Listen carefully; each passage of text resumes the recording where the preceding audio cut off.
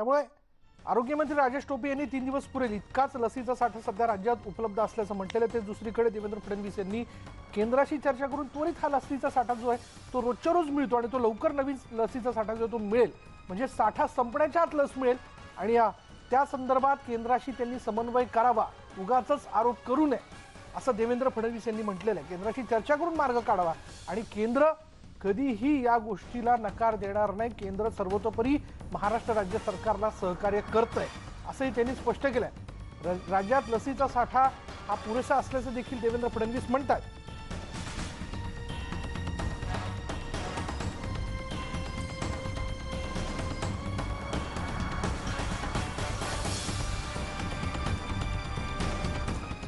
चला या सगळ्या परिस्थितीत वेगवेगळे प्रश्न आपल्या सगळ्यांच्याच मनाने त्या प्रश्नांची उत्तर आज आपण मिळवणार आहोत आरोग्यमंत्री राजेश टोपे यांच्याकडनं। ते आपल्याबरोबर असणार आहेत।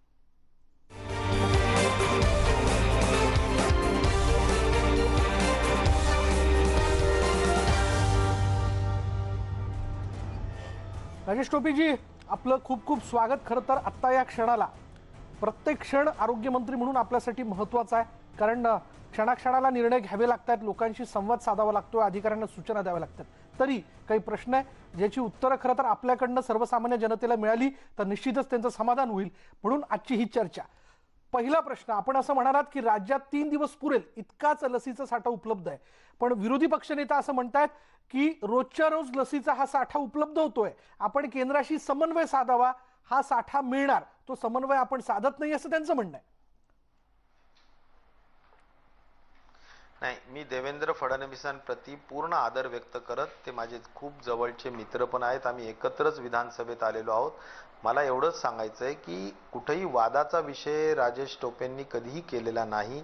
मी स्वतः देखील काल माननीय हर्षवर्धनजी जे अत्यंत चांगले व्यक्ती आहेत, he is a nice gentleman मी असं म्हणेल, मी त्यांना काल बोललो की साहेब आम्ही जवळजवळ 4-4.5 लाखाच्या स्पीडनी दररोज करतो आहोत आणि आमची ही स्पीड दररोज वाढतीये। आम्ही 6 लाखापर्यंत ही स्पीड लवकर घेऊन जातो आहोत आणि अशा वेळेस आपल्याला जवळ 3 दिवसाचा स्टॉक वगैरे चालणार नाही आणि रोजची परिस्थिती अशी आहे प्रत्येक जिल्ह्यात कुठल्या ना कुठल्या सेंटर्सवर वॅक्सिन संपलेलं असतं आणि त्यामुळे ही वस्तुस्थिती आम्हाला काय करायचं हे करून हे आम्ही मान्यच करतो की अख्खं वॅक्सिनेशनचा जो काही जबाबदारीचा भाग आहे हा केंद्र सरकारने घेतलेला आहे आणि त्यांचे आम्ही मनापासून आभारी आहोत। प्रश्न तो अजिबातच नाहीये, फक्त आम्ही ज्या पेसनी ज्या स्पीडने आम्ही करतो आहोत त्या स्पीडला आम्हाला सप्लाय व्हावा एवढी अत्यंत रास्त मागणी मी माननीय हर्षवर्धनजींना केली, त्यांनी ती मान्य केली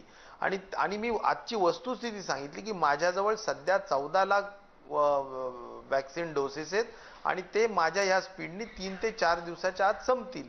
तर ह्याच्यात चूक काहीही नाहीये। मला एवढंच सांगायचंय की कुठल्याही परिस्थितीत मला सगळ्याकडून फोन येत आहेत की वॅक्सिन संपलं, सांगलीवरून फोन येत आहे, पुणे वरून फोन येतो, मुंबईवरून फोन येतो, सगळीकडून फोन येत आहेत की आमचं वॅक्सिन संपलं आणि त्यामुळे कुठल्याही परिस्थितीत ही वस्तुस्थिती आहे। मला एवढं सांगायचं आहे की या व्यतिरिक्त सुद्धा आम्ही असं म्हणतोय की आता जे इन्फेक्शन झाले होतंय त्या इन्फेक्शन मध्ये सर्वात जास्त इन्फेक्शन होणारा एज ग्रुप जर कुठला असेल तर तो वर्ष 19 ते 45च्या आत। त्यामुळे त्या ग्रुपला आता आपण कुठेही जवळजवळ तो 52% एकूण आपल्या लोकसंख्येचा आहे आणि त्यामुळे 52% लोकसंख्येला जो सर्वात जास्त फिरणार आहे त्या ग्रुपला आपल्याला लगेच वॅक्सिनेट करावं लागेल जर आपल्याला हा इन्फेक्शन रेट थांबवायचा असेल तर कुठल्याही परिस्थितीत याकडे लक्ष द्यावं लागेल। म्हणून मी ती पण रिक्वेस्ट डॉक्टर हर्षवर्धनजींना केली की आपण लगेच याला परवानगी द्यावी आणि मोदीजी जे आपले माननीय प्रधानमंत्री महोदय आहेत जे कदाचित उद्या सर्व राज्याला देशाला सुद्धा संबोधित देशाला म्हणजे आमच्या आरोग्य मंत्री आणि मुख्यमंत्र्यांना संबोधित करणार आहेत त्यावेळी सुद्धा आमचा हा आग्रही मुद्दा राहणार आहे। वॅक्सिनेशनच्या बाबतीत दोनच विषय आहेत। एक, आम्हाला आठवड्याला 40 लाख वॅक्सिन पाहिजेत, महिन्याला साधारणपणे 4 चोक 16 म्हणजे 1,60,00,000 वॅक्सिन पाहिजेत आणि ते आम्हाला उपलब्ध करून द्यावेत। आम्ही केंद्राचे मनापासून आभारी राहू। मला एवढंच म्हणायचंय की हाच एक रामबाण उपाय आहे महाराष्ट्रामधला कोविड कंट्रोल करण्यासाठी. आणि 25 ते किंवा 19 ते 45 वयोगट जो 52% पॉप्युलेशन कव्हर करतो त्याला कुठल्याही परिस्थितीत वॅक्सिनेशनची परवानगी द्यावी. हा सुद्धा एक माझी दुसरी मागणी. हे 2 वॅक्सिनेशनच्या संदर्भातल्या मागण्या आहेत. बाकी मला कुठंही कुणाशी वाद घालायचा नाही. माझी पर्सनॅलिटी सुद्धा कुठंही वाद घालण्याची नाही. माझा मागचा ट्रॅक रेकॉर्ड सुद्धा कुठंही वाद मी घालत नाही. समन्वयानीच काम करतो हे माननीय देवेंद्र फडणवीसांना अत्यंत चांगल्या पद्धतीनं माहिती आहे. मला कुठेही समन्वय करूनच हे प्रश्न सोडवायचे आहेत. राजेश टोपेजी, ह्या मागण्या आपण ज्या 2 महत्त्वाच्या मागण्या केंद्रीय आरोग्य मंत्र्यांसमोर मांडल्या, काय त्यांचा प्रतिसाद होता? त्यांनी काय म्हटलं? म्हणजे पुढला ऍक्शन प्लॅन काय असू शकतो? म्हणजे आपल्या बोलण्यातनं एक लक्षात येतं यापूर्वी लस पाठवण्याच्या प्रक्रियेला कुठे उशीर लागतोय का, असं तुम्हाला वाटतंय का? त्यांनी माझं सगळं, मी त्यांना 4 ते 5 मुद्दे सांगितले. ते 5 मुद्दे त्यांनी अक्षरशः लिहून घेतले आणि मुद्दे माझे भाषण झाल्यानंतर त्यांनी एवढं सांगितलं की राजेश जी आपके 5 जो मुद्दे हैं वो ऐसे ऐसे हैं. त्यांनी वाचून दाखवले. ये सब हमने नोट किए हैं और इस पे हम जरूर गौर करेंगे और हम जल्द से जल्द इसके बारे में हम आपको इसके बारे में 100% उत्तर भी देंगे और उपाय भी करेंगे. आप इसकी कोई चिंता मत करो. हे त्यांनी पॉझिटिव्ह दिलेलं उत्तर आहे. त्यांच्याबद्दल माझा कोणाचाही रोष नाही. फक्त हे आता कृतीमध्ये घडावं ही मात्र रास्त अपेक्षा आहे. माननीय शरद पवार यांनी सुद्धा एक नोट माझ्याकडून मागितली. ते पण म्हणाले की मी केंद्र सरकारच्या वरिष्ठ स्तरावर मी बोलेल आणि या सगळ्या प्रश्नांची रेमडेसिवीर मिळावं, त्याच्याबद्दलचं रेट्स कमी व्हावेत, ऑक्सिजन मिळावं, त्याच्यानंतर आपला वॅक्सिनेशनचं प्रमाण मोठ्या पद्धतीनं मिळावं आणि माननीय मुख्यमंत्र्यांनी सुद्धा सातत्याने त्या बाबतीत वर बोलतायत, लिहितायत. त्यामुळे मुख्यमंत्री पवार साहेब सगळेजण या बाबतीत प्रयत्नशील आहेत आणि आम्ही सुद्धा सातत्याने आग्रही आहोत. बरं ह्या वॅक्सिन पाठवण्याच्या प्रक्रियेला कुठे वेळ लागतोय का? आता वेळ का लागतोय मला त्यांच्याकडून समजत नाही, पण वॅक्सिन मिळत नाही ही वस्तुस्थिती आहे. आम्ही मागणी करतोय.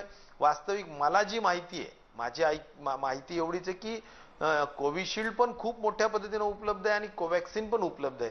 तर ते उपलब्ध असताना का मिळत नाही हा मला खरोखर प्रश्न पडतो. की असं नाहीये की चला वॅक्सिन उपलब्ध नाही किंवा त्याची उत्पादन नाहीये किंवा त्याच्याबद्दलचं स्टोरेज नाही. मला वाटतं सगळं आहे, फक्त लवकर मिळावं. त्याचे मॅनेजमेंटचा जो काही भाग असेल तो मॅनेजमेंटचा भाग मला वाटतं लवकर दुरुस्त व्हावा आणि तो अतिशय सीमलेस व्हावा. म्हणजे कुठेही अडथळा न येता व्यवस्थित आपल्या ज्या ज्या राज्यांची जी पेस असेल, जी स्पीड असेल त्या राज्यांना त्या ठिकाणी मिळावा. किंवा एखाद्या राज्याला जर तुम्ही जास्तीचं देत असाल, त्यांची तेवढी स्पीड नसेल तर त्यांचा डायव्हर्ट करून आम्हाला राज्यांना द्यावा. कारण आमच्याकडे देशाच्या एकंदर पॉझिटिव्ह केसेसच्या जवळजवळ 40% रुग्ण हे आपले महाराष्ट्रातले आहेत.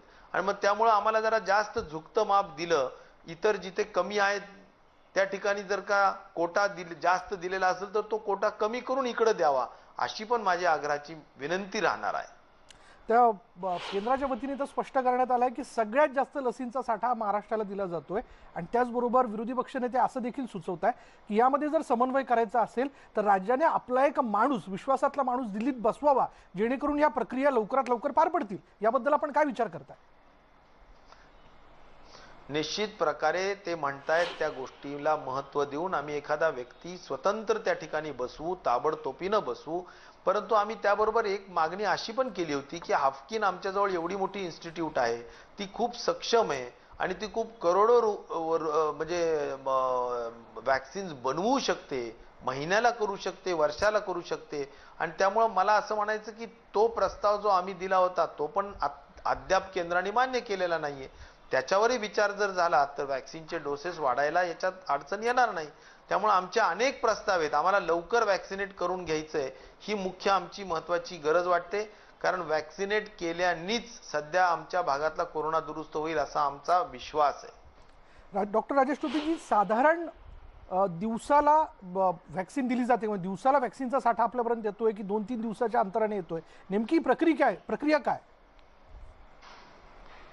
नाही, आठवड्याला साधारण ते पाठवतात, दर 2-4 दिवसाला पाठवतात. आता आता 3 दिवसाचा साठा राहिलाय म्हटल्यावर आता लगेच पाठवलं पाहिजे. आमची अपेक्षा आहे की येईल तो साठा लवकर.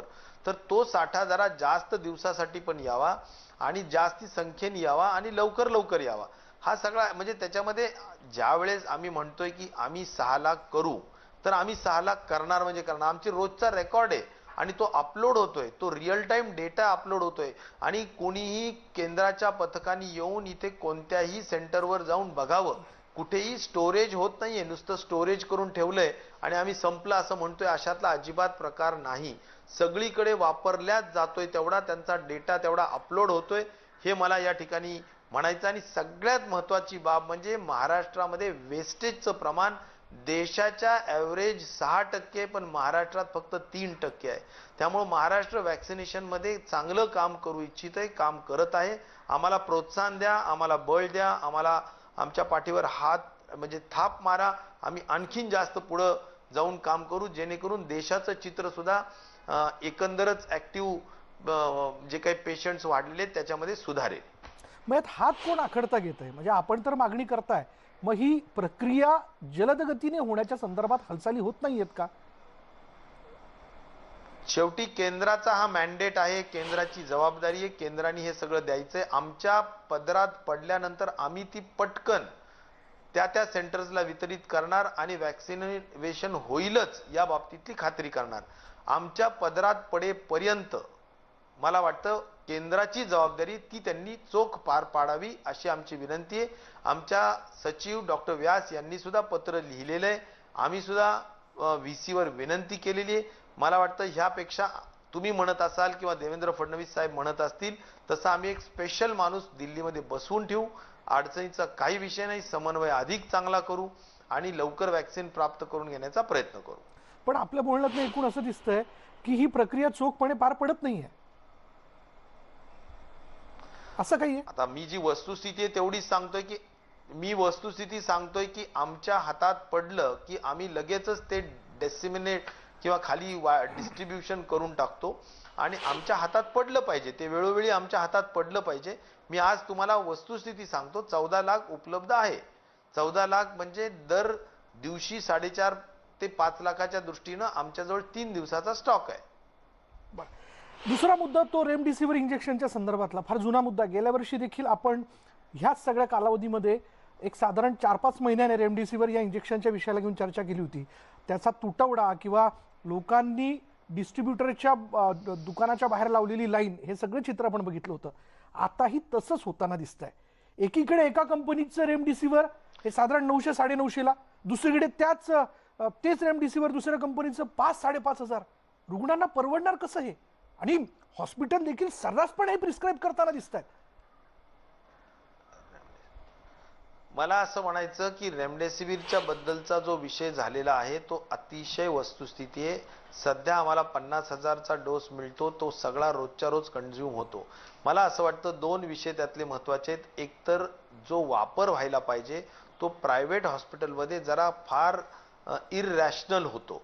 म्हणजे ज्या पद्धतीनं आम्ही टास्क फोर्सनी जो प्रोटोकॉल दिलेला आहे की माइल्ड सिम्पटम्स, मॉडरेट सिम्पटम्स, एसिम्प्टोमॅटिक लोक यांना आपण रेमडेसिवीर देऊ नये, पण तरी सुद्धा काही प्रमाणात खाली हे दिलं जात असावं आहेच असा आमचा स्वतःचाही अभ्यास आहे. आणि त्या दृष्टिकोनातून मला वाटतं यालाही रोक लावावा लागेल. ते आमचा जबाबदारी, ते आम्ही रोक लावण्याचा प्रयत्न निश्चित प्रकारे करू. परंतु जो स्टोरेज स्टॉकिस्टकडे स्टोरेज व्हायला लागलाय, ब्लॅक मार्केटिंग व्हायला लागली, यावर ड्रग कंट्रोल ऑफ इंडिया म्हणजेच केंद्र सरकारची ही महत्वाची संस्था आहे, त्यांनी याच्यावर ब्लॅक मार्केटिंग आणि स्टॉकिस्टवर कंट्रोल करावा, हा आमचा केंद्र सरकारमध्ये किंवा स्वास्थ्य मंत्रालयाकडे आग्रह राहील. हा दुसरा विषय. तिसरा सगळ्यात महत्वाचा विषय असा आहे की आपण रेमडेसिवीर तुम्ही म्हणाले तसे 800 रुपयापासून 5,000 रुपयाच्या फरकापर्यंत विकल्या जात आहेत. यामध्ये कारण एक आहे की मी आत्ता सिप्लाचे जे जनरल मॅनेजर आहेत मिस्टर रमेश, त्यांना मी बोललो आणि त्यांनी मला सांगितलं, साहेब आमच्या रेमडेसिवीरच्या इंजेक्शनवर MRP लिहिलेली आहे 4,000 रुपये, मात्र आम्ही आमच्या स्टॉकिस्टला किंवा डिस्ट्रीब्युटरला विकतो आहोत 800 रुपये. त्यामुळं आमच्याकडूनच चुकतंय की आम्ही आमची MRP 4,000वरून आता ती 1,200 रुपये आपण म्हणताय तर निश्चित प्रकारे करू, कारण शेवटी आमची MRP चुकते. आम्ही आमच्या वरिष्ठ लोकांशी चर्चा करून ती MRP दुरुस्त करू, कारण आम्ही विकतोय 800-900 रुपयाला आणि MRPचा गैरफायदा घेऊन स्टॉकिस्ट लोक हॉस्पिटलला म्हणतायत की ही MRP आम्हाला या MRPनी पैसे द्या, आणि मग त्या MRPनी जर हॉस्पिटलनी पैसे दिले तर हॉस्पिटल सुद्धा पेशंटवर 4,000 रुपये 5,000 रुपये चार्ज करतं. तर मला असं वाटतं की हा जो काही प्रकार चाललाय हा शक्यतो मधले जे स्टॉकिस्ट आहेत आणि फार्मसिस्ट आहेत या सगळ्यांचा जरा कुठंतरी गौड बंगाल किंवा गडबड दिसतीये. मी हे सगळं सेटराईट करण्याच्या दृष्टिकोनातून आपले जेवढे म्हणून काही रेमडेसिवीर बनवणाऱ्या उत्पादन करणाऱ्या ज्या कंपन्या आहेत, मग ज्याच्यामध्ये हेट्रो असेल, ज्याच्यामध्ये डॉक्टर रेड्डीज असेल, ज्याच्यामध्ये मायलॅन असेल, ज्याच्यामध्ये माझ्या माहितीप्रमाणे ज्युबिलियंट असेल, अशा बऱ्याच कंपन्या आहेत, सिप्ला आहे, या सगळ्या कंपनीच्या MDs बरोबर मी आज किंवा उद्या त्यांच्या सोयीनी VC लावतोय, त्यांना हे सगळे प्रश्न सांगतोय. त्यांनी त्यांच्या छापील MRP वर जर कमी करून 1,200 वर जर आणलं तर हा प्रश्न संपेल आणि आम्ही सुद्धा कडक पद्धतीनं FDAच्या माध्यमातून त्याच्यावर रोक लावू. आम्ही आता एपिडेमिक डिझीज ऍक्टच्या माध्यमातून सुद्धा एक कमिटी गठीत केलेली आहे. डॉक्टर शिंदे सुधाकर हे त्याचे अध्यक्ष आहेत आणि 2-3 लोक घेऊन त्याच्या बाबतीत आम्ही त्याच्या बाबतीतला रिपोर्ट घेऊ. अपेक्षा एवढीच आहे की जलद गतीने व्हावं, हे सेंट्रलाइज असावं, आपल्याकडे असावं अशी अपेक्षा आहे. मला या विषयाला घेऊन एक प्रश्न आहे, पण वेळ झाली का ब्रेकची? ब्रेक नंतर हा प्रश्न मी आपल्याला विचारणार आहे. घेऊयात एक ब्रेक आणि ब्रेक नंतर डॉक्टर राजेश टोपे राज्याचे आरोग्यमंत्री यांच्याबरोबरची चर्चा अशी सुरू राहील. पहा फक्त न्यूज 18 लोकमत.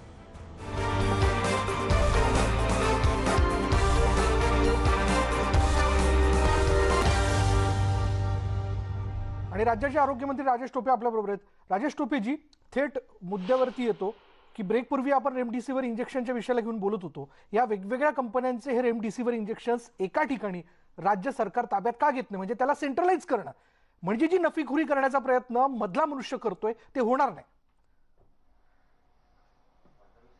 नाही, ज्या ज्या गोष्टी करण्याची आवश्यकता असेल ते सर्व केलं जाईल. मी तेच म्हणतो की मी VC मध्ये सर्व MDs ज्या वेगवेगळे आहेत त्यांना बोलणार आहे, त्यांच्याकडून एकदा मी MRP कमी करून घेणार आहे आणि त्याच्यानंतर कंप्लीट डिस्ट्रीब्युशन सिस्टम सुद्धा त्यांना विश्वासात घेऊन आणि FDAला विश्वासात, फूड अँड ड्रग्ज डिपार्टमेंटला विश्वासात घेऊन आणि त्याचबरोबर म्हणजे त्याला काय म्हणायचं की म्हणजे फार्मास्युटिकल प्राइसिंग अथॉरिटी नावाची एक नॅशनल NPPA यांना सुद्धा विश्वासात घेऊन हे आपल्याला सगळं करावं लागेल आणि हे मी करणार आहे. 1-2 दिवसामध्ये हे सगळं तुम्हाला चित्र निश्चित प्रकारे दिसेल.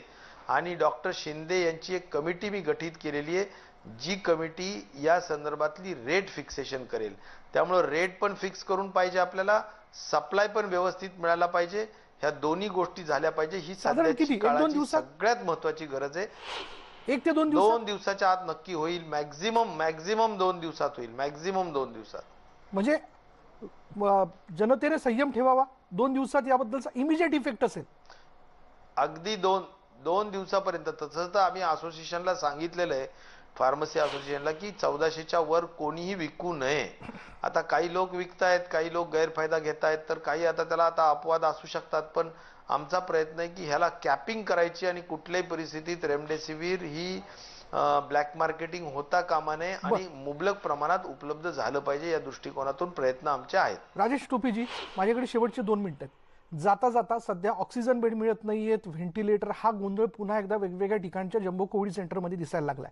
त्याबद्दल काय सांगाल आणि आपल्याला काय अपील करायचंय? ऑक्सिजनच्या संदर्भात आपल्याकडे 1200 मेट्रिक टन तयार केलं जातं. 750-800 आपण वापरतो आहोत. ते अधिक कार्यक्षमतेने उत्पादन करूया आपण आणि कार्यक्षमतेने वापरूया. ऑक्सिजन कमी पडू दिलं जाणार नाही. आम्ही बफर स्टॉक प्रत्येक जिल्ह्याला ठेवू. हा एक महत्त्वाचा निर्णय आम्ही त्या ठिकाणी घेऊ. व्हेंटिलेटर्स उपलब्ध आहेत, परंतु व्हेंटिलेटर्स काही व्हेंटिलेटर्स चालू नाहीत, तर ते व्हेंटिलेटर्स आम्ही 100% ऑपरेशनल करू. हा एक माझा या निमित्ताने माझी सूचना आणि माझं मत तुम्हाला सांगतो की मी स्वतः लक्ष घालून ते करणार. आणि बेड्सच्या संदर्भात फक्त ठराविक हॉस्पिटलमध्येच बेड्स मिळत नाहीत, बाकी बेड्सची आवश्यकता तेवढी अडचण येणार नाही. तसे बेड्स आम्ही वाढवतो आहोतच. प्रत्येक ठिकाणी गव्हर्नमेंटमध्ये सुद्धा, मुंबईमध्ये सुद्धा 2-2 हजार बेड्स ईस्टर्न आणि वेस्टर्नला आम्ही वाढवतो आहोत. पुण्यामध्ये प्रायव्हेटमध्ये, गव्हर्नमेंटमध्ये बेड्स वाढवतो आहोत आणि सर्व दूरच महाराष्ट्रभरात बेड्स वाढवण्याची व्यवस्था आम्ही करतो आहोत. त्यामुळे बाकी कुठेही अडचण काहीही नसणारे. आणि मला एवढं वाटतं की कोविड अप्रोप्रिएट बिहेवियर किंवा मिशन, हे जे आम्ही म्हटलोय की ब्रेक द चेन, हे जे काय आम्ही सध्या आमची मोहीम चालू आहे आणि त्यामध्ये आम्ही सगळ्या पद्धतीनं कोविड अप्रोप्रिएट बिहेवियर भर दिलेला आहे. निर्बंधांवर अधिक रिस्ट्रिक्शन्स आणलेले आहेत. या सगळ्या कामांसाठी महाराष्ट्राच्या जनतेने खूप मोठा सहभाग घ्यावा, सहयोग द्यावा आणि आम्हाला खूप मदतीचा हात द्यावा. आणि सगळ्या माध्यमांनी अत्यंत पॉझिटिव्हली या सगळ्या गोष्टींकडे पाहावं. कुणालाही लॉकडाऊन नकोय, कुणालाही जाचक पद्धतीचे निर्बंध नकोयत आणि आम्हालाही कुणालाही नकोयत. परंतु परिस्थिती अशी आहे की जर आपण ह्याला वेळेत रोखलं नाही, 30 एप्रिल पर्यंत 11 लाख लोकांपर्यंत आपण जाऊ शकू, म्हणजे एकूण ऍक्टिव्ह केसेस. त्यामुळं आम्हाला भीती वाटते की या सगळ्या गोष्टी जर गेल्या तर मग ते मात्र चुकीचं होईल. म्हणूनच ह्या स्ट्रिंजंट मेजर्स काही आम्ही लावलेल्या आहेत. त्याच्यासाठी आमचं सगळ्यांचं मत आहे. 2 छोट्या सूचना आहेत. एक, पहिल्यांदी कुठल्याही परिस्थितीत ज्यांना थोडंही लक्षण दिसलं तर त्यांनी ताबडतोबीनं टेस्टिंग करा आणि ट्रीटमेंट करा. हा पहिला विषय. कारण लेट प्रेझेंट झाल्यामुळे खूप लोक मृत्यू त्या ठिकाणी होऊ शकतात किंवा होत आहेत. त्यामुळे लेट प्रेझेंट होऊ नका. तो एक अत्यंत मोलाचा सल्ला. आणि दुसरा, वॅक्सिनेशन अत्यंत मोठ्या पद्धतीनं प्रतिसाद द्या.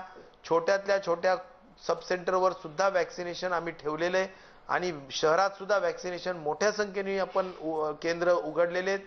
सगळीकडे मोठ्या संख्येने आपण प्रतिसाद देऊन 45 वर्षाच्या वरिष्ठ लोकांना वॅक्सिनेशन द्यावं अशी विनंती आहे. आणि शेवटी मास्क घाला, सोशल डिस्टन्सिंग पाळा आणि गर्दी टाळा, एवढी माझी नम्रतेची विनंती आहे. धन्यवाद.